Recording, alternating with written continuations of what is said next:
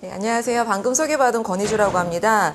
박사모 선생님께서 워낙 재밌게 수업을 해주셔가지고 매도 먼저 맞는 건데 라는 후회를 마구마구 하면서 지금 이 자리에 나왔습니다. 근데 제가 오늘 말씀드리는 이야기는 이제 개인적인 그 어떤 취향이라고 할까 그런 부분이 많이 이제 섞여 있는 연구라고 볼 수 있을 것 같은데요. 제가 저희 집이 3녀 1남이에요. 근데 제가 작년에 이제 어렸을 때 이게 집안 환경이 막 넉넉하지가 않아가지고 제가 인형을 되게 좋아했었어요. 그래서 엄마한테 이제 인형을 사달라고 쪼르면 이제 그 당시 제 기억으로 20원이었는데 종이 인형을 사주시면 이제 가위로 밤새 이렇게 오려가지고 옷도 입히고 대화도 나누고 누가 보면 미쳤다고 생각했겠지만 대화도 나누고 이러면서 이제 그 아이를 소중하게 이렇게 품에 품고 자고 나면 아침에 일어나면 목이 날라가 있고 팔이 잘려있는 참상이 벌어지는 일을 보면서 왜 나는 마루니 인형을 사주지 않느냐. 그래서 농성을 해서 이제 엄마에게 선물 받은 게 이제 노란 머리에 마루니 인형을 이제 민키라고 이름을 지어서 그 민키와 아주 오랜 세월 그 생활을 했던 기억이 있어요. 지금은 어떻게 됐는지 모르겠는데 제가 이쁘게 머리를 해주겠다고 제가 땅중땅중 잘라놨는데 거의 비구니 승이 돼서 지금 제 기억 속에 사라진 민키를 그리면서 이제 말씀을 좀 드리고 싶네요. 제가 관심을 가졌던 건 뭐냐면 아까 좀 전에 말씀드렸지만 그런 여자 어린이, 그러니까 제가 어렸을 때 워낙 이제 여자 형제들끼리 많이 자라다 보니까 그런 여자 어린이에 대한 관심을 많이 갖게 되면서 이 연구가 시작이 되었습니다. 예, 그 일본에서는 뭐 잘 아시는 바와 같이 이제 여자 어린이날과 남자 어린이날이 분류가 되어 있죠. 그래서 여자 어린이날은 3월 3일, 그다음 남자 어린이날은 5월 5일로 이제 구분이 되어 있는데요. 그러니까 제가 아까 말씀드렸던 그런 인형 관계를 이제 관심을 갖게 되면서 일본의 이제 3월 3일 날 이루어지는 여자 어린이 행사에 대해서 조금 말씀을 드리고 싶어요. 잘 알고 계시는 분도 계실 거고 처음 접하시는 분도 계실 것 같아서 간략하게 좀 설명을 드리면 3월 3일 날 그 여자 어린이를 위한 그 여러 가지 그 어린 행사 중에서 제일 중요한 게 바로 저 히나 마츠리라고 하는 히나단을 세우는 게 가장 큰 행사의 중요한 하이라이트가 아닐까라는 생각을 합니다.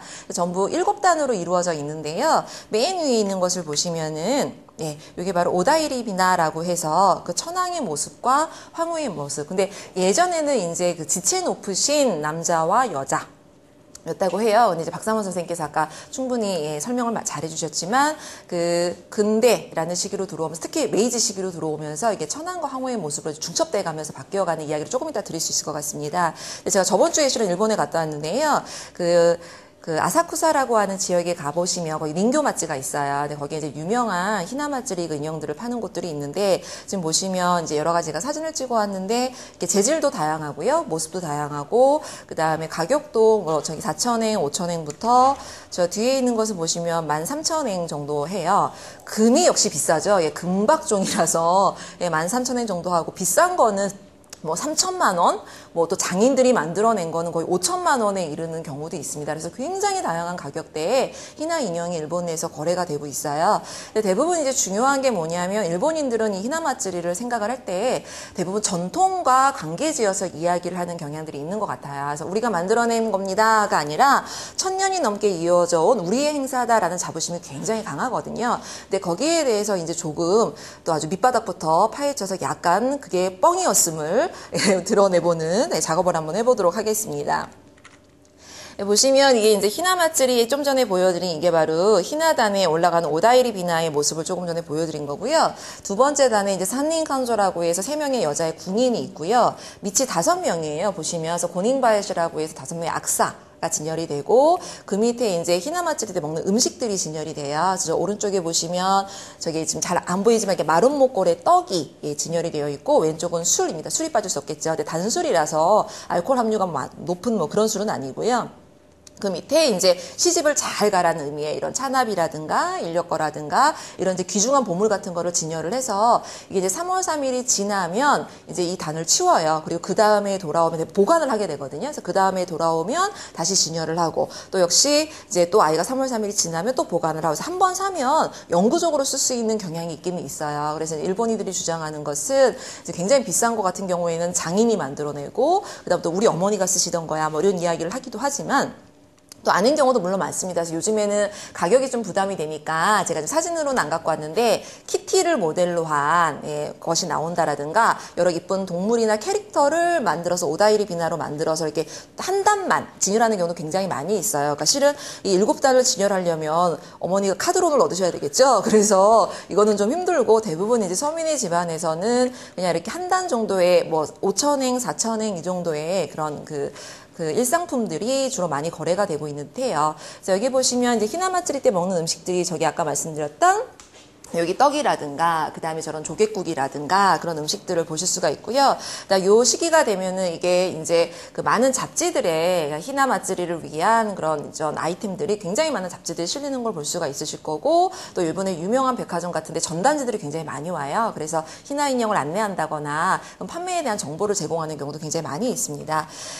근데 보시면 이제 히나마츠리가 그러면 일본의 주장처럼 그렇게 오랫동안 이어져 온 일본의 전통인가에 대해서 말씀을 드려보면 실은 꼭 그렇지는 않은 것 같아요. 왜냐하면 우리가 지금 어떻게 정보를 알고 계신지 모르겠지만 어린이는 우리의 희망이다라는 개념이 굉장히 강한 세상을 지금 살아가고 있죠. 그리고 요즘에는 어린이가 실은 왕이잖아요. 그러니까 아이가 이제 학교를 다니기 시작하면 엄마는 눈치를 봐야 되고 아버지는 더 돈을 열심히 벌어야 되고 이제 아이 중심의 세상을 살고 있는데 어린이란 개념이 실은 나타난 거는 근대 이후에 나타나게 된 겁니다. 그래서 영국의 산업혁명을 지나가면서 이제 어린이라는 개념이 발전을 하기 시작을 했기 때문에 그 이전에는 뭐 아동학대라는 개념 자체도 없었고요. 그래서 작은 어른이라는 개념이었기 때문에 임금을 적게 주는 건 당연했었고 어른보다 작으니까 일을 적게 하니까 그런 식의 어떤 그런 사상들이 만연했었어요. 그러니까 굉장히 어린이라는 것이 근대적인 개념이었는데 일본의 주장처럼 일본인들 수많은 일본들이 알고 있는 것처럼 히나마츠리의 어떤 흐름을 좀 살펴본다면 히나마츠리가 맨 처음에 이루어진 그 문헌 같은 걸 찾아보면 나가시비나라고 해서 나가스 흘러보내다 이런 의미잖아요. 자, 히나 인형에게 애군을 묻히는 거죠. 그래서 인형에다 이렇게 내 애군을 묻혀가지고 물가를 이렇게 동동동 띄어보내요. 그래서 실은 지금 군산 지역에서는 이런 나가시비나 행사가 우리나라에도 있어요. 그래서 이게 실은 중국의 이제 연중 행사에서 들어온 거기 때문에 그러니까 일본에만 국한된 행사라기보다는 우리도 지방에서 행해지고 있는 행사는 맞습니다. 그러나 이제 우리는 대부분 흘려보내거나 또는 불을 태우거나 여러 가지 변화된 모습을 볼 수가 있는데 일본 같은 경우도 처음에는 이제 애군을 묻혀서 이렇게 흘려보내는 걸로 가다가 그 당시에는 여자만 행사는 아니었어요. 남자들도 같이 하는 행사였었고 성인도 물론 같이 하는 행사였었고 어린이 개념이 따로 없었으니까. 근데 이런 나가시비나 행사가 점점 이제 무로마치 시기에 들어오면서 14세기 정도 들어오면서 이제 인형을 증정하는 풍습이 생겨요. 근데 이제 이런 인형을 증정하는 풍습이었는데 실은 인형이 다 돈이잖아요. 지금도 마찬가지지만 우리 엄마가 저에게 마른 인형을 안 사주셨던 것처럼 다 돈이었기 때문에 서민들이 에브리바디 다 인형을 막 사가지고 주고받고 했던 건 절대 아니었었고요. 이제 귀족 집에서 그리고 대부분 천으로 만든 인형을 증정하는 풍습이 있었고 이것이 점점 이제 밑으로 내려오면서 좀 대중화가 이루어지기 시작을 하면서 서민들은 주로 흙으로 만든 인형을 진열을 하거나 아니면 흙으로 만든 인형을 서로 주고받거나 했다고 해요. 자, 이것도 전부 남자, 여자 관계없이 이루어지다가 이제 점점 여자만의 행사로 정착이 되기 시작을 했는데 그거의 가장 큰 이유는 히나단을 설치하면서부터 이제 여자아이들의 이야기로 바뀌어갔던 것 같습니다. 근데 재미있는 건 뭐냐면 아까 박사원 선생님께서 강의 시간에 말씀하셨었지만 그 메이지 시기에 들어서 굉장히 많은 개혁들이 일어나요. 그래서 대표적으로 메이지 카이레키라고 해서 이제 음력을 못 쓰게 하고 양력을 쓰게 하다 보니까 우리는 추석을 이제 핵과일을 따면 핵곡식을 따면 조상에게 바치는 행사를 하기 때문에 음력 8월 15일로 하고 있지만 일본 같은 경우는 음력이 없어지면서 그게 양력으로 바뀌면서 때학볕에서 핵과일이 안 나왔는데 추석을 지내야 하는 그런 아이러니컬한 상황도 생기게 됐거든요. 근데 이런 것처럼 이제 이 명치 시기에 들어오면서 메이지 시기에 들어오면서 그 전에 그 같은 숫자가 겹치면 복이 온다라는 그 통념 때문에 1월 1일, 3월 3일, 5월로 이런 게 일본의 공식 공휴일이었어요. 근데 이게 싹 없어지면서 이제 히나마츠리도 공식 휴일에서 빠져요. 근데 굉장히 재밌는 건 뭐냐면 공식 일정에서 공식 공휴일에서 빠지는데 굉장히 대중화가 급속도로 이루어졌다라는 거예요. 근데 왜 그랬을까를 한번 잘 생각을 해보도록 하겠습니다. 자, 왜 그랬을까? 가장 큰 건 하나는 역시 예나 지금이나 돈이 중요합니다. 그래서 자본의 논리가 들어가면서 이야기가 좀 바뀌어요. 그러니까 무슨 얘기냐면 지금은 저희가 일본도 여행 다니고 뭐 지방에도 여행 가고 일본에도 욕하면 가서 직접 비행기 타고 가서 야스쿠니 가서 욕도 해주고 오고 뭐 이렇게 하게 되는데 그 당시에 이제 여행을 간다는 건 수월한 문제는 아니었었죠. 이동의 권리도 실은 없었었고 비용의 문제도 있었었고. 네, 그런데 이제 맨 처음에 근대 관광의 이제 시발점 발음을 잘해야 되겠네요. 시발점이라고 보는 것은 뭐냐면 그 영국이 워낙 식민지가 많다 보니까 이제 영국의 목사님이 이제 금연 운동을 하기 위해서 담배를 피지 맙시다. 자, 그러기 위해서 자, 금연 운동의 일환으로서 그 관광객을 모집을 하면서 여행을 다니기 시작을 해요. 이건 이제 관광을 전공하신 여러 선생님들의 정설로서 이제 연구가 되어 있는데요. 그 영국이 이제 식민지 시찰을 하는 것이 이제 관광의 탄생이라고 보시면 될 것 같아요. 근데 그것이 이제 일본에 영향을 주고 또 서구에 영향을 주면서 수많은 서양 사람들이 일본으로 여행을 와요. 그 배경은 이미 박사원 선생님이 다 설명을 하셨어요. 아까 자포니즘 이야기를 하시면서. 자, 그러면서 이제 1892년에 요미우리 신문에 이제 어떤 그 기사가 실리냐면, 자, 외국인들의 희나 인형이 주문이 줄을 잇고 있다. 이렇게 이야기를 해요. 예전에는 이제 희나 인형을 어떻게 만들었냐면, 아까 제가 사진 보여드려서 닌교마찌가 실제 인형을 팔던 곳이었어요. 그래서 그곳에서 수작업을 해요, 사람들이. 수작업을 해서 이제 진열을 해 놓으면 하나 사가고, 이제 이렇게 했던 시스템이 이제 근대 관광이 탄생을 하면서 우리가 여행지에 가면 꼭 하는 게 뭐냐면, 자, 내 선물을 사와. 안 사오면 끝이야. 이렇게 남친한테 주로 이야기를 하잖아요. 그래서 선물을 구입하거나 엽서를 구입하거나 이런 것도 굉장히 이제 중요해졌는데, 자, 외국인들의 희나 인형의 주문이 줄을 잇고 있다라는 건 뭐냐면 실은 아까 박사원 선생님께 너무 잘 설명을 해주셨지만 그 희나 인형을 일본인들이 우리의 자랑스러운 전통입니다라고 내보낸 것이 아니라 일본 애들이 왔다 갔다 하면서 그런 어떤 기모노를 입은 인형을 보면서 요 인형 이쁘네요. 이거 주세요. 그러니까 구매력이 늘다 보니까 서포트를 해야 되겠죠, 당연히. 그러면서 이제 생산이 붙어 들어갈 수밖에 없었던 거예요. 그래서 실은 일본이 자랑스럽게 제시하고 있는 이 희나마찌라는 것은 실은 서양의 시각으로 서양의 취사 선택으로 이루어졌다라고 이야기를 할 수 있을 것 같아요.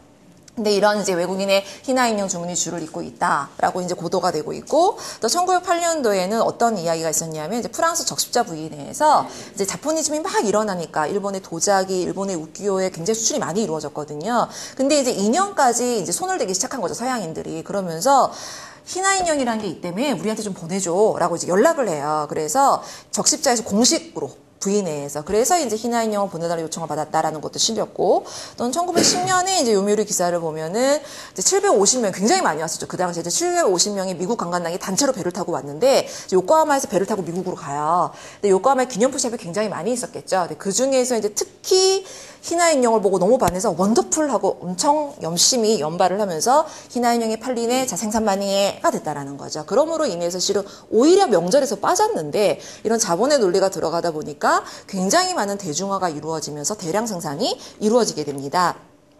자, 그래서 이런 아까도 말씀드렸듯이 이제 수공업이었던 이런 희나 인형 생산이 공장 시스템으로 바뀌게 되고요. 근데 우리가 실은 그래요. 자, 공장이라는 것 자체가 그 하나하나 사이즈가 다 다르고 오더를 다 따라받아서 만들면 굉장히 많은 품이 들잖아요. 근데 이걸 규격화해서 인형을 똑같이 받고 생긴 거 똑같이 만들고 옷도 똑같이 재단해서, 그러니까 제 동생이 이제 의류회사를 다니는데 옷 같은 거 재단을 하면 몇십 장의 천을 쌓아놓고 그 다음에 위에 판본 하나 올리고 칼로 같이 구워버려요. 그러니까 50장 한꺼번에 잘라버리는 거죠. 그러니까 이런 식으로 크기를 규격하게 되면 굉장히 손쉬운 생산 방법을 선택할 수가 있어요. 자, 그러다 보니까 대량 생산이 이루어지면서 단가는 낮아지겠죠. 그러니까 점점 더 대중화가 될 수밖에 없는 거예요. 그러니까 우리도 제가 지금 강아지를 키우고 있지만 우리 쪼꼬인데 이름이 원래 강아지는 쪼꼬를 먹으면 죽어요. 그래서 치명적인 매력이 있는 이름인데 우리 쪼꼬가 그 수작업을 한 옷을 사줄 때와 공장 시스템을 만드는 옷을 사줄 때 단가가 거의 3배 이상 차이가 나거든요. 희나 인형도 실은 마찬가지예요.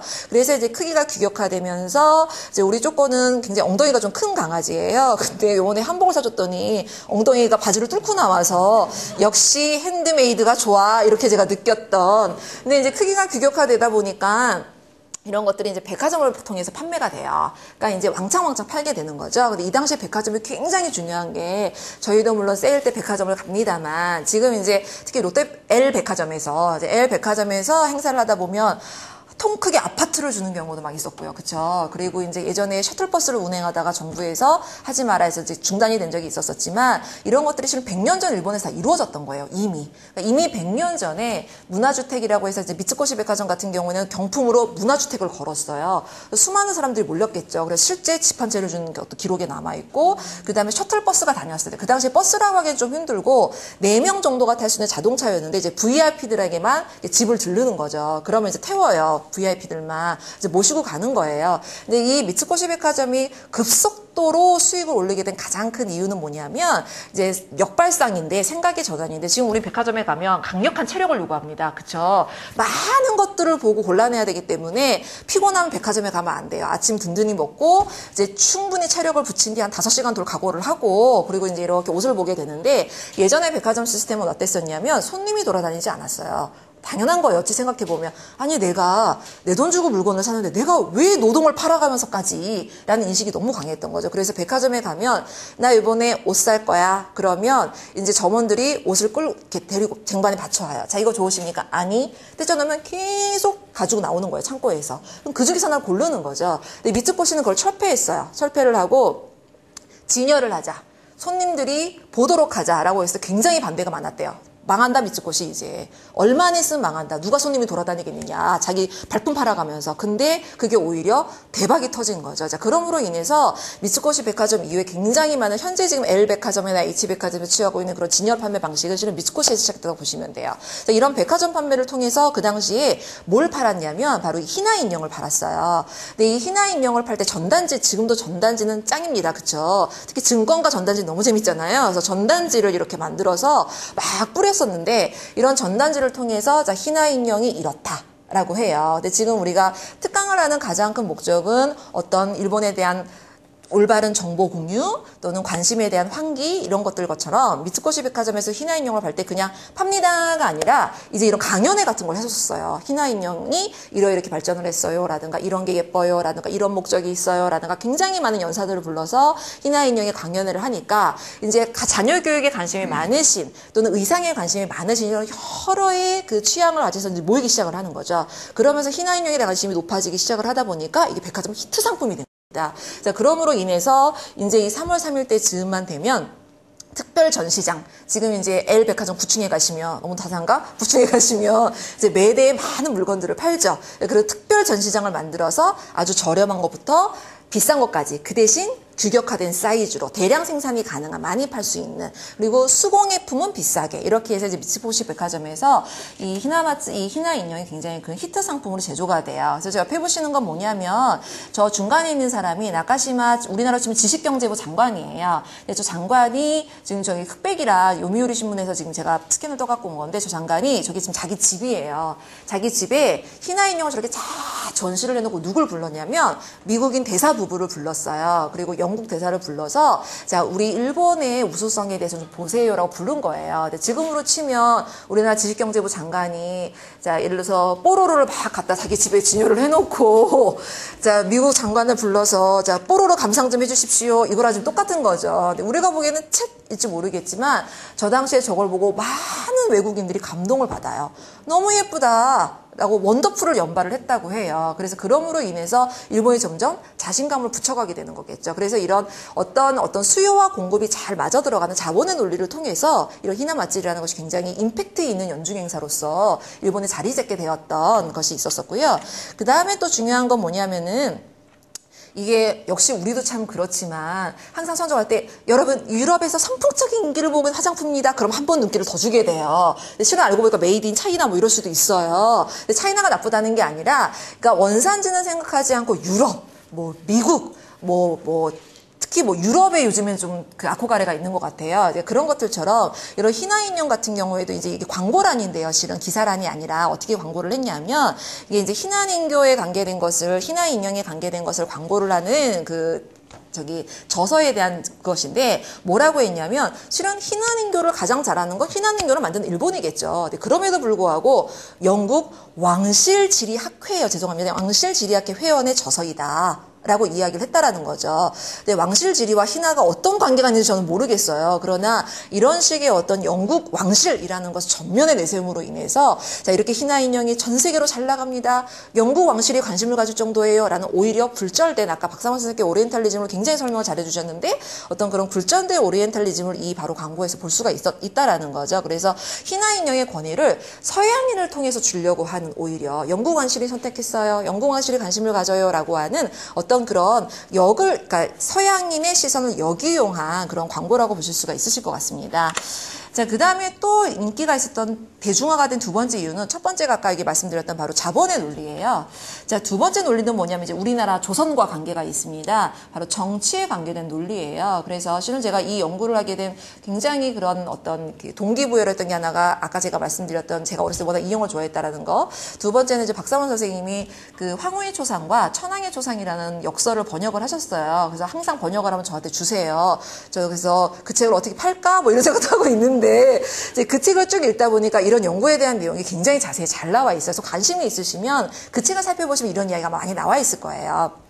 근데 저기 보시면 지금 저 사진이 저게 그 왼쪽에 있는 게 이제 메이지 천왕이고요. 입이 약간 돌출돼 있는 그래서 저 돌출형이라서 사진을 찍기를 싫어했는지는 모르겠지만 처음에 이제 이 메이지 천왕의 얼굴을 알리기 위해서 이토 히로부미가 안중근 의사께서 처단하셨던 바로 그 이토 히로부미가 그 천왕에게 얼굴을 알려야 된다라고 굉장히 강력하게 건의를 했대요. 근데 이제 명치 천왕이 나 사진 찍는 거 너무 싫다. 그치 돌출형이니까 싫었겠지. 그래서 너무 싫다. 뭐 이렇게 얘기를 하다 보니까 어떻게 했냐면 이제 초상화가를 불러서 초상화를 그린 다음에 그거를 사진을 찍어서 맨 처음에는 공포를 하다가 이게 다 이제 역사에 나오는 이야기예요. 공포를 하다가 이제 저렇게 이제 사진을 찍어서 각 학급에 걸게 된 거죠. 그러니까 김일성 부처의 사진을 걸어놓은 것처럼 학교에 걸게 되다 보니까 나중에 어떤 에피소드도 있냐면 일본 다 목재잖아요, 대부분. 근데 불이 나면 이제 그 천황의 사진이 탈까봐 교장이 그걸 품에 품고 불 속에서 같이 산화가 돼서 나중에 이제 그 화재가 났는데 학교에 나중에 이렇게 발굴을 해보니까 천황의 사진 하나도 타지 않은 채 하얀 장갑을 끼고 불나나 중에 하얀 장갑을 끼고 교장이 이렇게 피하고 죽었더라. 뭐 이런 굉장히 웃지 못할 걔네들은 아름답다고 이제 이런 신문 기사가 실릴 정도로 굉장히 이게 우상화가 돼요. 이 천황의 초상과 황후의 초상이. 근데 아까도 말씀드렸지만 희나마찌 이야기로 다시 돌아가면 맨 위에 있는 그 오다이리 비나라고 하는 그 기품 있는 남자와 여자, 지체 높으신 남자와 여자였다가 메이지 시기에 들어오면서 천황과 황후의 사진이 본격적으로 알려지기 시작을 하고 학교에 걸리기 시작을 하면서 이게 치환이 된다라는 거죠. 바뀌어져 가요. 그래서 보시면 여기도 나와 있지만 사진이 너무 흐려서 죄송한데 이게 그 유명한 이제 우리나라와 일본이 사이 안 좋은 거 싸우는 여러 가지 이제 이야기 중에 임나 일본 무설이 있을 것이고 또 하나가 이제 진구 신공황후라고 하는데 진구황후에 관계된 이제 견해의 차이가 있어요. 이게 잠깐 소개드리면 뭐냐면 이제 진구황후가 만삭의 몸으로 사만을 정벌하기 위해서 와요. 그러니까 고구려 백제 신라가 되겠죠. 이제 만삭의 몸으로 이제 정벌을 하러 오는데 이제 신라가 맨 처음에 싸워보다 보니까 안 되겠는 거예요. 그래서 상복을 해요. 조공을 바치겠습니다. 이렇게 얘기를 해요. 자, 그러니까 그 소식을 들은 백제가 겁이 났어. 그 만삭의 황후가 겁이 나가지고 우리가 조공을 바치겠습니다. 바로 항복을 해요. 고구려도 항복을 해요. 그래서 이제 사만이 조공을 바쳤다라는 이야기가 일본 이야기에 나와요. 근데 우리는 말도 안 된다고 생각을 하죠. 근데 이게 원래 정식 족보에 오르지 않았었는데 이 진구황후라는 것이 명치시기에 들어오면서 굉장히 임팩트 있는 인물로 강조가 되기 시작을 한다는 거죠. 그래서 여기 보시면 이게 진구황후의 모습이고요. 여기도 진구황후의 모습이에요. 근데 보시면 굉장히 이미지가 상반됐는데 이쪽에 있는 진구황후의 모습은 굉장히 자애로운 어머니예요. 근데 이제 지금 화질이 좀 떨어져서 그렇지 클로즈업을 해보면 서양인 얼굴이에요. 왜냐하면 이거를 저기 일본에서 이 찍을 기술이 없어가지고 이탈리아에서 찍어왔거든요. 그래서 이탈리아에서 최대한 동양인답게 찍어주세요. 그랬는데 서양인 애가 딱 온 거야. 그래서 어쩔 수가 없으니까 발행을 했는데 이거는 굉장히 자애로운 어머니 사기이지만 여기 보시면 거의 잔다르크 이미지와 거의 흡사한, 그렇죠. 실은 잔다르크도 일본을 통해서 한국에 이제 중역이 돼서 들어온 케이스인데, 이런 강인한 어떤 어머니의 상, 또는 강인한 여인의 상을 굉장히 이상화시켜가면서 진구황후가 영웅으로 떠오르다시피 되는데, 그 이면에는 실은 조선정벌이라는 것도 실은 들어가 있었겠죠. 이러다 보니까, 이 당시에 이런 집회라든가 공채라든가 진구황후가 어떤 이미지로서 굉장히 유행을 타다 보니까, 어떻게 됐냐면, 그 예전의 히나마츠리는 명치 시기 이전에는, 메이지 시기 이전에서는 중국에서 들어온 것이다라는 걸 대부분 인정하는 담론들이에요. 우리도 실은 그렇게 생각을 하고 있고, 그런데 저기 보시면 이제 1908년이라든가 1907년도에 어떤 저런 그 기록물들을 보면 진구황후가 자신과 황태자의 인형을 종이로 만들어서 히나 인형이 되겠죠. 카타시로라고 하는데 인형, 사람의 모습을 만들어서 그걸 불제를 했다. 그러니까 이제 무사무탈하도록 제를 지냈다라고 이야기를 한다라거나, 또는 이게 이제 그 당시 신화시장에 대한 이야기인데 진무천왕이나 진구황후의 모습을 본딴 인형이 팔리기 시작을 했는데 이게 굉장히 인기 아이템이다. 그리고 보시면 이제 황후의 머리 모양이 최근 발행된 지폐의 모습으로 개정되었다라는 이야기가 나와 있어요. 그러니까 무슨 이야기냐면 여기 보시면 이제 이런 여자의 모습들이 보이시죠? 이게 원래는 대부분 오다이리 비나의 전형적인 일본 여인의 모습이니까. 근데 그 당시에 발행된 그 진구황후의 머리 모습이 어땠었냐면, 여기 지금 사진에는 제가 죄송하지만 지면상 안 가져왔는데 어떤 애냐면 이렇게 돼 매였어요. 그래서 좀 추했죠. 그래서 사람 머리가 이렇게 있으면 머리가 이렇게 있고 이렇게 양갈래로 이렇게 되어 있는 그런 이제 모습들이 막 지폐에 찍혀 나오기 시작을 해요. 그러면서 이제 히나 인형의 그 오다이리 비나에서도 여자 인형의 모습도 점점 바뀌어가는 거죠. 진구황후의 모습처럼. 그래서 마치 이 당시에 이제 담론들이 어떻게 점점 바뀌어가냐면 중국에서 전래돼서 고유의 전통이다가 아니다. 실은 진구황후 때부터 시작된 것이다. 라는 이야기로 점점 바뀌어간다라는 거죠. 굉장히 많은 이데올로기가 실은 이 안에 들어가 있는 거거든요. 자, 그러므로 인해서 결과적으로 어떤 이야기까지 나오냐면, 자, 맨 윗자리, 아까 오다이리 비나라고 말씀을 드렸던, 자, 맨 윗자리에 천자님과 황후님이 계시니까, 자, 이것을 보고 우리가 이러한 국체, 그러니까 이 이제 천자님과 황후님을 좀 더 잘 떠받들지 않으면 안 된다라는 이야기가 이제 요 이야기는 실은 저기 다카시마라고 하는 사람은 그 백화점에서 이렇게 특강을 많이 했던 사람이에요. 그래서 저 사람들이 쓴 저서에 보면 저런 이야기가 나오고요. 또 어떤 경우도 있냐면 이게 일본인으로서 융화의 마음을 키우는데 히나마츠리, 히나 인형만큼 좋은 교재는 없다라고 실용성까지도 굉장히 강조를 하게 돼요. 아까 말씀드렸듯이 자본의 논리가 들어오면서 처음에 굉장히 많은 대중화가 이루어지다가 나중에 이게 실은 정신적인 면으로도 이렇게 좋은 아이템이다. 그러니까 우리가 히나 인형을 다시 한번 봐야 된다. 라는, 그러니까 서양인의 시각, 일본인의 어떤 내발적인 필요성에 이게 융합이 되면서 굉장히 많은 대중화가 이루어졌다라는 거죠. 자, 그렇게 됨으로 인해서 이거는 보시면 그 아까 이제 박사원 선생님께 말씀하신 것처럼 이제 양처현모, 현모양처의 이야기도 실은 히나마츠리 안에 들어가 있어요. 그러니까 이런 근대적인 사상 또는 근대적인 경제 논리가 굉장히 많이 복합적으로 이 히나마츠리 안에 들어가면서 그것이 대중화라는 결실을 맺게 되었다라고 결론을 내릴 수가 있을 것 같은데요. 근데 원래 이 어린이의 무사문탈한 성장, 또는 얘가 시집을 잘 가게 해주세요. 뭐 늙어 죽지 않도록 해주세요. 노처녀로 늙어 죽지 않도록 해주세요. 뭐 이런 우리 모두의 바람이죠. 이런 것들을 이제 빌던 행사에서 점점 이런 어떤 천황부처의 대체물인 오다이리 비나가 점점 바뀌어감으로 인해서 신성성을 부여받게 되고 경외하는 마음을 키우도록 하고. 근데 원래 인연이라는 거는 제가 아까 말씀드렸지만 갖고 놀고 꾸며주고 이런 것들인데 이게 이제 완상용이라고 하는데 보고 놓는 형태로 점점 바뀌어가게 되는 그런 인연 행사이고. 특히 일본 같은 경우에는 조금 이따 이제 향토왕국 얘기할 때 말씀을 드리겠지만 세계의 어떤 왕국보다도 일본의 인형이 우수하다. 그건 뭐냐면 이런 정신성을 갖고 있기 때문이다라는 것을 굉장히 강조하게 돼요. 그래서 이런 것들이 세계 유일의 의미 있는 인형이다. 어느 나라의 인형도 이런 정신성을 갖고 있지 않다라는 것을 굉장히 강조함으로 인해서 일본의 인형에 굉장히 그런 우수성을 붙여나간 담론들이 명치시기에 급속도로 증가를 하게 된다라는 거겠죠. 자, 그래서 보시면 여기서 이제 조선으로 이야기를 이제 넘어갈 가보도록 하려고 합니다. 이게 무슨 얘기냐면, 그래, 그럼 일본 니네 잘났다가 아니라, 이게 우리나라에 당연히 영향을 주게 돼요. 식민지 시기였기 때문에. 왜 그러냐면, 이 당시에 이제 일본이 실은 왕구 산업이 굉장히 발전을 하거든요. 전 세계 셀룰로이드 왕구의 70%를 일본이 생산을 해요. 그전에는 그러니까 전 세계의 왕구의 1위는 어디였냐면 독일이었어요. 독일이 전 세계 왕구의 1위를 점유하고 있다가 셀룰로이드제 왕구가 엄청나게 생산이 되면서 전 세계 70%를 일본이 장악을 해버리니까 미국에서 왕구 수입 거부 운동이 일어나요. 그 정도로 미국이 당황한 거예요. 일본이 왕구를 너무너무 잘 만들고 잘 팔리다 보니까. 근데 너무나도 우습게 셀룰로이드가 불에 잘 타요. 화재 사건이 한번 나무도 쫄딱 망했어요. 그래서 안심하셔도 되는데 여하튼 그래서 이제 일본이나 조선 같은 데에서 굉장히 많은 그런 왕구 거부 운동이 일어나기 시작을 하거든요. 근데 그거와 함께 어떤 것이 또 미국이 또 일본에서 반감을 갖게 됐냐면 서로 반감을 갖게 된 이유는 뭐냐면 이런 왕구의 수출 때문에 미국은 일본이 싫었었고 있고, 일본 같은 경우에는 1924년도에 미국에서 신이민법이 개설이 돼요. 이건 뭐냐면 이제 미국 내에서 살고 있는 거주자의 출신 국가별로 할당을 하는 거예요. 이민수를. 그러니까 한국 애들 몇 명 사니까 몇 프로니까 몇 명만 이민 와 이렇게 할당을 해주는데 일본은 거기서 배제당했어요. 한 명도 갈 수가 없게 된 거죠. 기아불능 외국인이에요. 근데 실은 일본만 그런 건 아니고요. 기아불능 외국인이라는 거 가로 안에 뭐가 있는 거냐면 황인종이 전부 포함되어 있는 경우입니다. 그 당시에 조선은 일본이었으니까. 그래서 이런 것들 때문에 일본 내에서 굉장히 많은 반감들이 일어나요. 미국 지들이 뭐길래.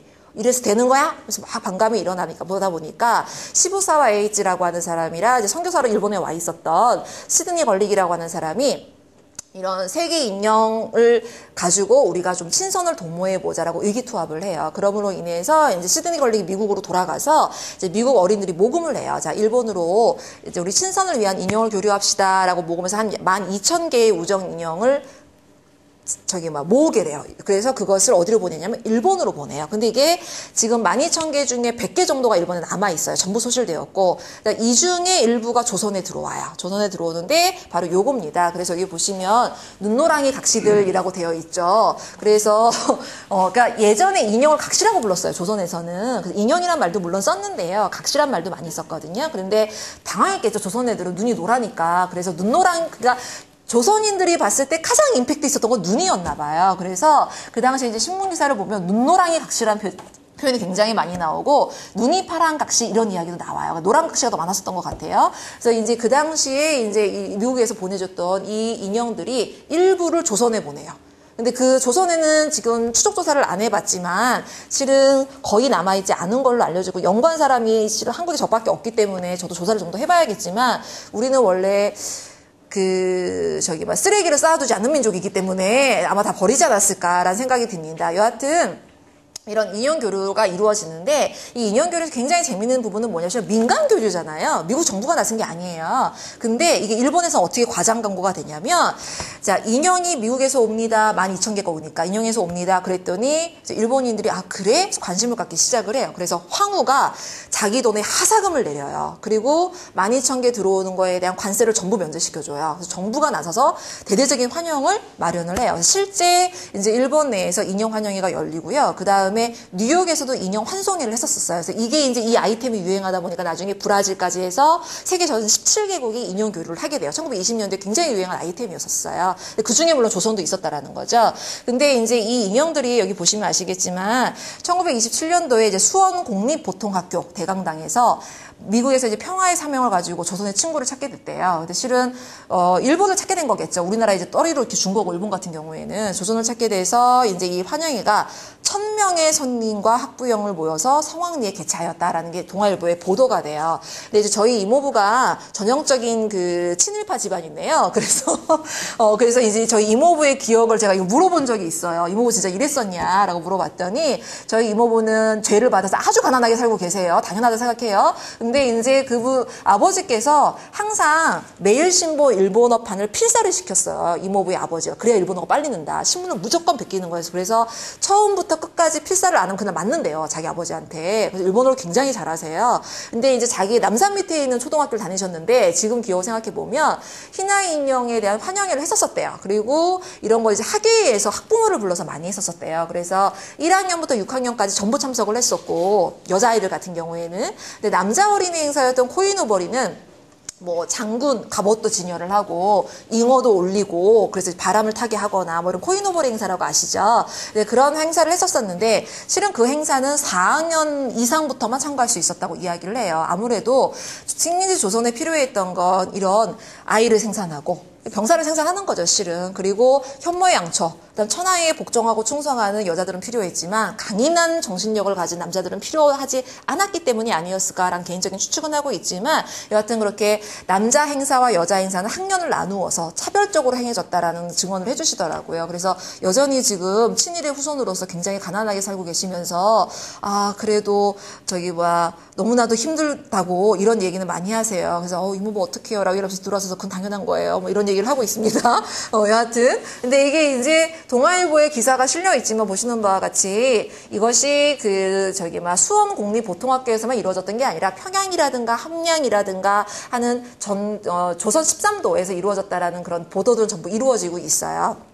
자, 이랬던 것을, 아까도 말씀드렸지만, 이제 이런 황후가 직접 하사감을 내림으로 인해서, 자, 미국에 답례 인형을 보내자라고 이야기를 하는데, 가장 고민했던 게 뭐냐면, 자, 저건 눈노랑이 각시면 딱, 미국 거라는 임팩트가 있는데, 자, 일본에 어떤 인형을 보내야 일본다울 것인가라는 고민이 굉장히 많이 이루어지게 되죠. 자, 그러므로 인해서 일본다운. 근데 실은 일본 애들은 일본다운 거라고 선별을 한 거지만, 실은 이것이 일본이 선별한 거야. 아까 박사선생님 말씀하신 것처럼 서양에 있어 선택이 되어진 거죠. 그래서 차별성을 가질 수 있는 인형들을 보내요. 그래서 그 답례품의 인형이 지금 아직도 신문에 사진으로 남아 있어요. 저 인형을 그래서 개수는 12,000개를 못 만드니까 일본 내에서는 그 대신 사이즈 큰 거 보내. 그래서 87cm가 되는 큰 인형을 몇 개 보냈다라는 게 기록물로 남아 있습니다. 자, 근데 이 인형에 대한 것을 제가 이렇게 자세히 말씀드리는 이유는 뭐냐면 이 당시에 얼마나 일본 정부가 대대적으로 나서서 이 일본 환영회를 했는가 하면 이런 일본 인형 환영하는 노래들을 막 만들어요. 그래서 저기 보시면 이제 일본어 아시겠지만 이제 바다를 건너오는 친구들의 뭐 진정한 마음이 담겨 있어요. 뭐 귀여운 인형 뭐 이런 게 있잖아요. 이런 것들이 조선에서 발간된 음악 교과서인 창가집에도 실리고요. 그다음에 일본에서는 이런 류의 이제 공모를 이루어져서 그래서 일본 인형을 그러니까 해외에서 온 인형들, 셀룰로이드 인형 뭐 이런 가사도 있고 종류가 굉장히 많이 있어요. 그러니까 이런 인형 노래까지 굉장히 인기를 끌게 된다라는 거죠. 자, 그러다 보니까 이제 일본인들의 정책은 어떻게 바뀌게 되냐면 자, 국가를 대표하는 문화예술품으로 인형을 선택을 하자. 그래서 1930년대 태국이 이제 굉장히 잘 싸웠잖아요. 그러니까 태국에 왕이 왔을 때도 인형을 선물로 줘요. 그러니까 지금 우리가 생각하기에는 실은 그래도 국가 원수인데 자, 인형이야 이렇게 주면 장난쳐? 이런 생각이 들지 모르겠지만 그 당시 일본은 정책적으로 그걸 밀었다라는 거죠. 그래서 예술품으로서 인형의 가치를 아까 부여하고 정신성이라든가 그런 일본다움, 일본의 아름다운 기모노 이런 것들을 부여함으로써 예술적인 가치를 부여해 나가기 시작을 했고 그 다음에 또 하나 강조했던 게 뭐냐면 아까 말씀드렸지만 미국에서는 크게 화제가 못 됐어요. 이런 인형 교류가. 근데 일본에서는 국가적으로 화제가 됐어요. 그러니까 그런 것 자체가 어떤 일본인들의 조금 이따 말씀드리겠지만 여기 말씀드리겠지만 그랬죠. 우리는 미국과 어깨를 나란히 하는 문화 강대국이야. 조선에 그 인형을 보낸 것도 실은 니네 봤니? 미국에서 우리를 이 정도로 생각을 해. 이렇게 하면 인형을 선사할 정도야. 라는 왜곡된 자부심을 투입을 시켜서 조선에 강요를 한 거였겠죠. 그러다 보니까 이런 인형 환영이라는 것 자체가 이데올로기성을 분명히 담고 있음에도 불구하고 굉장히 평화사절로서 어린이의 순수한 마음이 담겨있는 그런 평화사절의 대표작으로서 인형이 교류가 되기 시작을 했다라는 겁니다. 근데 참 일본 애들이 얄밉도록 똑똑한 게 뭐냐면 이거를 그냥 두지 않고 우리나라 이용을 해먹어요. 그래서 어떻게 먹냐면 저기 보시면 아시겠지만 우리가 1919년에 관순이 언니가 정말로 용감하게 18의 어린 나이에 저는 더블이 더 많지만 그런 용기를 못 냈을 것 같은데 그 여린 몸으로 만세운동을 일으키죠. 그렇게 해서 일본이 시급하게 되잖아요. 그러면서 문화정치로 노선이 바뀌기 시작을 하는데 일본이 미국과 인형교류를 한번 해보니까 아이템을 얻은 겁니다. 그래, 조선에 희나 인형을 보내자. 이렇게 마음을 바꿔먹은 거예요. 그래서 이제 맨 처음에 아까 말씀드린 것처럼 미국에서 온 인형을 처음에 보내줬는데 이걸 바꿔요. 그래서 저기 보시는 것처럼 이제 동경의 여학생들이 인형을 모아가지고 저기 나와 있지만 저기 동경 일비 세 번째 줄 보시면 동경 일비곡 희비야예요. 희비야 그 시정회관에서 이제 환송회를 하는 거죠. 근데 그때 눈발이 내렸다네요. 근데 그 눈발이 뭐냐면은 이 행사가 너무나도 아름답고 거룩해서 눈발까지 날려주는구나라는 멘트와 함께 여기에 이제 누가 참가를 했냐면 이왕비 전하 추측컨대 아무래도 이방자 여사를 이야기하는 것 같아요. 그래서 이방자 여사의 친척들이라든가 외조모라든가 이런 여러 내빈들이 축사를 통해서 희나 인형을 보내요. 그래서 그 인형이 이제 조선에 도착을 하거든요. 그래서 이게 바로 경성공예당에 모인 수많은 조선인의 모습입니다. 희나 인형을 받들기 위해서 지금 다 모인 거예요. 그래서 여기 보시는 분은 아시겠지만 그 동아일보의 기사에 보시면 여기 나와 있는 것처럼 자, 동경도의 여학생들이 기증한 이 추 인형 희나인데 희나가 추잖아요. 한국어로 음독을 읽으면 희나 인형 환영회가 이제 개최되었다. 그리고 내빈석에는 제동이가 사이토 총독 부인을 이야기하는 거고요. 그 다음에 도변 경기도 교육회장, 그러니까 와타나베를 이야기를 하는 거겠죠. 이런 교육회장들의 필요사가 있고 굉장히 많은 식순을 거치며 성황리에 거행되었다라고 이야기를 하고 있습니다. 지금 보시면 아시겠지만 총독부 부인이 왔고 그 다음에 경기도 교육회 회장이 왔고 관주도의 행사라는 걸 아실 수가 있으실 것 같아요. 그래서 이러한 행사를 통해서 마치 굉장히 선의의 그런 인용 교류인 것처럼 이야기를 하지만 이 안에 담겨져 있는 이데올로기가 분명히 있었을 것 같거든요. 왜 저렇게 정부에서 나서서, 그러니까 조선총독부에서 나서서 이 행사를 했었을까? 근데 제가 조사한 바에 의하면 31년부터 41년까지는 매년 꾸준히 이루어졌었어요. 그래서 조금 더 제 자료를 보강할 예정이지만, 그러니까 밖에 나 소문 내시면 안 돼. 아직 논문 안 썼거든요. 자, 그래서 보시면 그 당시에 이제 간단하게 제가 콤팩트하게 좀 정리를 하면 다 읽으실 필요까지는 없으실 것 같고요. 이 조선의 인연교를 통해서 이제 총독부에서 강조한 거는 세 가지가 있어요. 순진이란 건 뭐냐면 이 동경에 있는 여학생들의 마음이 얼마나 순진하냐, 얼마나 순수하냐라는 거 하나.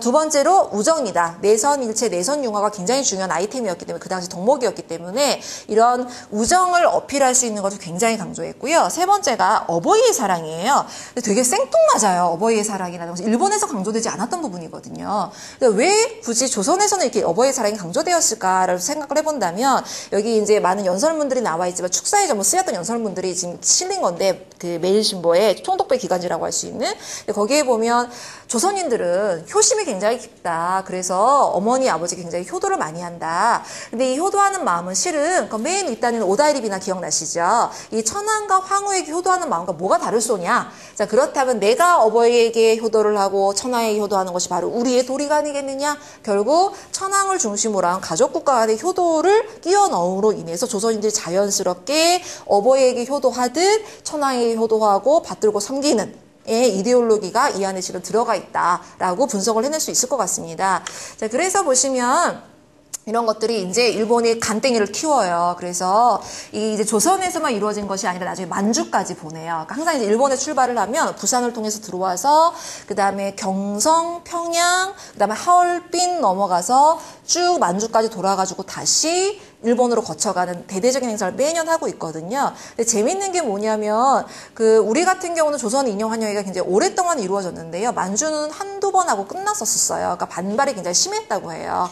여하튼 이런 식의 어떤 대동아 공영의 외교 사절로서 나중에는 평화 사절을 내세웠지만 실은 어떤 이데올로기를 가지고 대동아 공영이라고 하는 것을 매칭시켜가면서 끊임없는 이런 인형을 일본이 이용을 해왔다라는 거죠. 근데 지금 제가 말씀드리고 싶었던 건 이것이 다가 아니고, 자, 그렇다면 제가 아까 맨 처음에 이야기했던 나의 사랑 마루니 인형을 생각을 해봤을 때, 자, 그럼 우리나라는 정말 인형이 없었을까라는 궁금증이 굉장히 많이 생겼었어요. 약간 좀 새길로 세보면, 유명한 이제 이어령 선생님 같은 경우는 뭐라고 얘기했냐면, 야나기 문헤요시죠. 유정려 씨가 라고 얘기를 하는데 야나기 문헤요시라고 읽겠죠. 자, 유정려 씨가 조선에 인형이 없다고 했다. 근데 진짜 조선에 인형이 없다라고 단언을 했어요. 근데 제가 은근히 부화가 나더라고요. 정말 조선에 인형이 없었을까?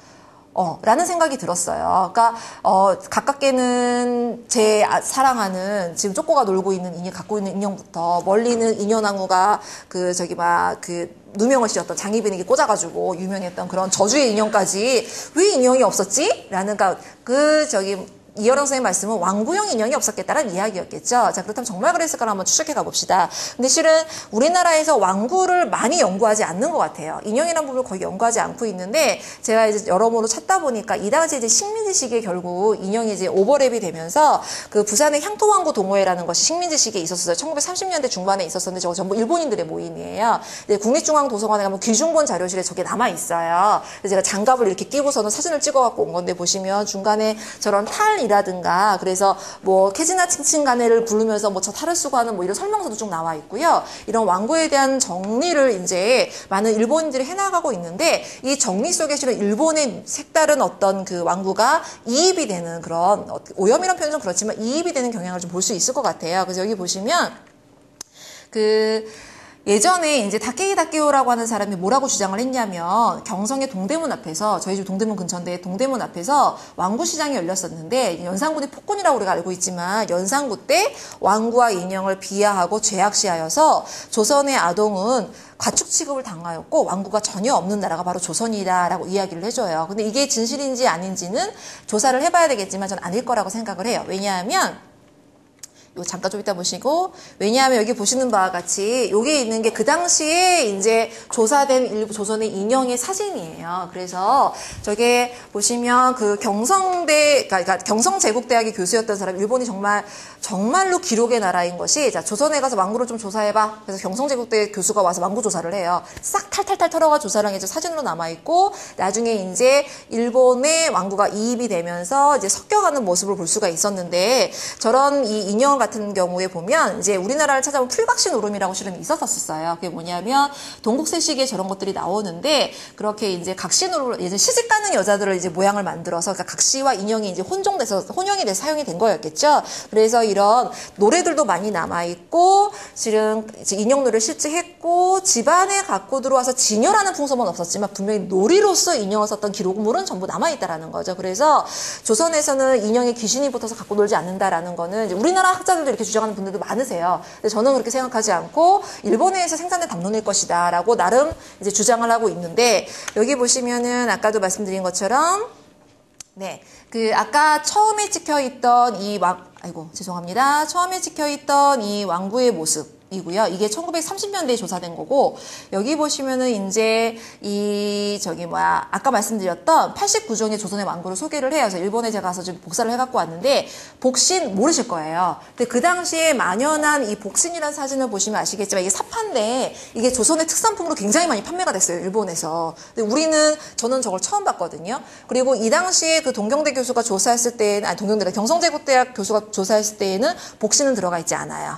그 다음에 혜태 또 없었었고요. 지금 우리 서울의 상징이라고 하는, 그 다음에 천하대장군, 지하여장군도 없었습니다. 그 당시 조사했을 때는. 근데 이제 그거는 정설인 것 같은데요. 천하대장군이나 지하여장군도 실은 일본의 목각 인형을 본따서 만들기 시작한 것이다라는 연구는 실은 이루어지고 있고요. 방상시, 예전에 이제 그 악기를 쫓기 위한 행사였는데, 이게 일본 자료가 정말 안타깝긴 하지만 한국학중앙연구원에서 지금 발간한 한국민족문화 대백과에 이런 방상시 사진이 남아 있어요. 그래서 실제 이런 행사를 했었던 듯은 해요. 근데 이거는 조금 더 연구를 해봐야 되겠지만, 일본의 시각이 들어가 있는 건지, 원래 우리가 저것을 민간에서 이렇게 행사를 했던 건지는 좀 더 조사가 좀 필요할 것 같고요.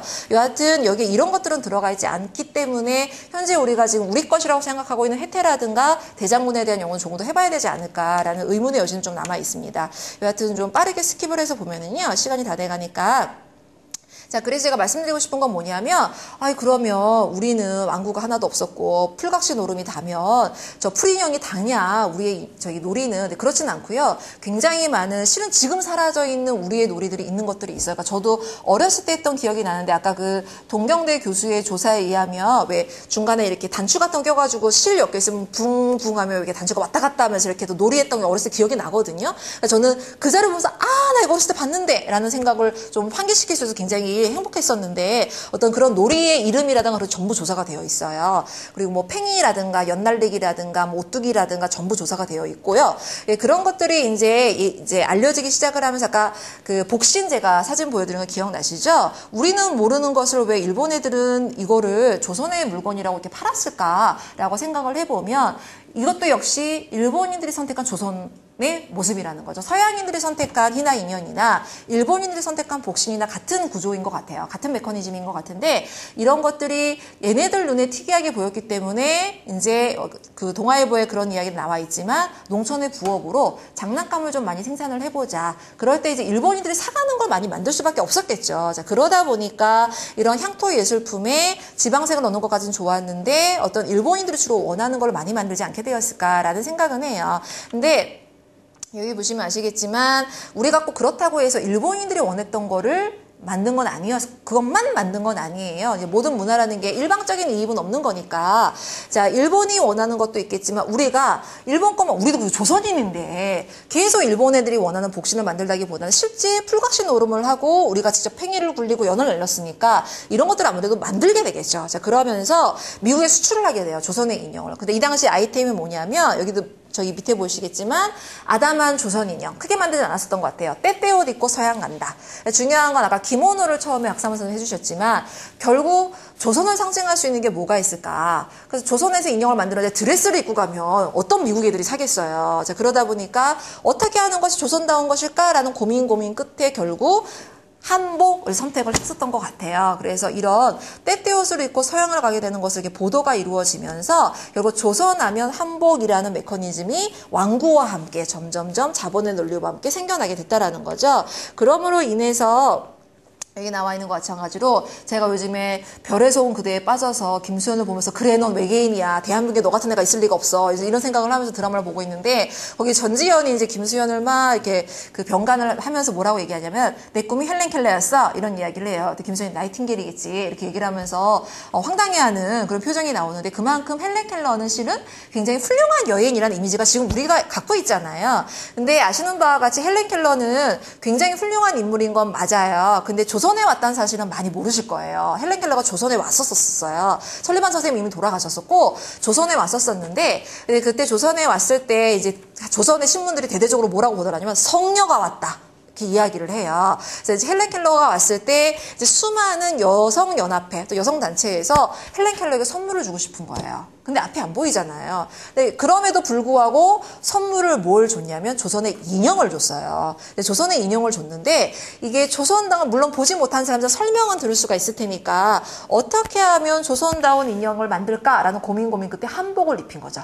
한복을 입혀서 흰저고를 입히고 남색 치마에 자주색 동정과 고름을 달았대요. 근데 대부분 자주색을 동정을 잘 달지는 않는데 기사에서는 저렇게 보도를 하고 있어요. 동아일보에서는. 그래서 헬렌 켈러가 왔을 때 저런 조선 인형을 선물로 줌으로 인해서 조선을 상징하는 것이 결국 한복, 그다음에 여인, 그다음에 인형 이런 식으로 정착이 되어가기 시작을 했고요. 근데 또 어떤 자성의 목소리도 있었었냐면 너무 외색이다. 지금도 이야기하고 있죠. 외색이다라는 그런 그 이야기가 있어서 그 상명들을 지으신 배상명 총장이 그 37년 동아일보에 보도가 됐는데 뭐라고 보도가 되어 있냐면 자 조선에서 만든 인형인데 전부 조선적인 인형이 없다. 내가 제일 처음 조선다운 인형이다. 그래서 재래 인형에 조선 옷을 입혔다고 생각하는 사람이 있을지도 모르겠지만 높아심에 얘기하면 이럴지도 모르겠지만 이거는 조선색을 나타내기 아주 절치부심한 첫 번째 작품이다라고 다 놓고 얘기하면서 이 사진이 실렸어요. 근데 생긴 거 보면 영 조선애가 아니에요. 저렇게 턱이 뾰족한 조선애는 없을 것 같아요. 별에서 왔겠죠. 그래서 저런 제가 기사를 인용한 이유는 뭐냐면 서양 것 또는 일본 것이라는 것이 들어오면 타자를 인식하게 되면서 우리 것을 자꾸 찾게 된다는 거죠. 어떤 게 조선적인 것일까? 저 턱을 날려야 되나 살려야 되나? 코를 세울까 누를까? 이런 많은 고민들을 해가면서 근데 실제 이 당시에 조선 인형을 만들어낼 때 우리나라 자료에는 없고 일본 자료에 보시면 코를 높이 세우니 조선 인형 같지 않아서 코를 다시 낮췄다 이런 이야기가 나와요. 그러니까 이런 조선적인 것을 만들어내기 위한 절치부심을 굉장히 많은 조선인들이 했었던 것 같아요. 자, 그러므로 인해서 조선 것을 찾아내기 위해서 이런 인형도 이제 만들어지기 시작을 했다라는 거죠. 그래서 제가 조선의 왕고를 조사를 해본 결과 1910년대에는 팽이나 연, 윷도 있어요. 윷, 오뚜기 이런 어떤 놀이성, 기능성이 당존의 왕고가 점점 이제 일본의 영향이었던 서양의 영향이었던지 간에 타자를 인식하게 되면서 어떤 완상용, 그러니까 보고 즐기는 형태의 인형으로 발도듬이라기 표현은 좀 어폐가 있지만 점점 이렇게 변질이 되어 갔다라는 거죠. 그러므로 인해서 조선인들도 조선다운 인형을 자꾸 만들어내고 즐기게 되지 않았나라고 개인적으로는 생각을 하고 있습니다. 자, 그래서 지금까지가 말씀드리고 싶었던 건 뭐냐면 우리가 실은 굉장히 많은 어렸을 때의 추억 중에 하나가 애니메이션 또는 인형 놀이기구였던 것 같아요. 근데 돌이켜 생각해보면 지금 애니메이션에 대한 수업도 제가 다른 학교에서 하고 있지만 우리가 한국인이 제 나이 또래를 조사를 해봤더니 어렸을 때 200편 정도의 일본 애니메이션을 보고 자란다고 해요. 그리고 기억해보시면 제 어렸을 때 가장 사랑했던 건 아톰이었어요. 그래서 아톰을 너무나도 사랑해서 굉장히 괴로웠던 면도 있었었고요. 사람이 아니었으니까. 더 어렸을 때에는 마징가 제트를 너무나도 사랑했었는데 연적이 있었죠. 비너스가 꼭 나타나가지고 가슴에서 미사일을 쏘면서 저희 마음을 아프게 했던 그런 기억들이 있어요. 자, 근데 이런 것들 실은 전부 일본 것이었다라는 거죠. 그래서 우리가 그냥 갖고 놀고 버리는 인형, 장난감 이렇게 치부할 일이 아니라 정말 우리가 얼마나 많은 아름다움을 우리의 안에서 찾아왔던가라는 것을 좀 더 탐색해봐야 되지 않을까라고 개인적으로 생각을 하고 있습니다. 그래서 오늘 이 아이템으로 말씀을 드렸고요.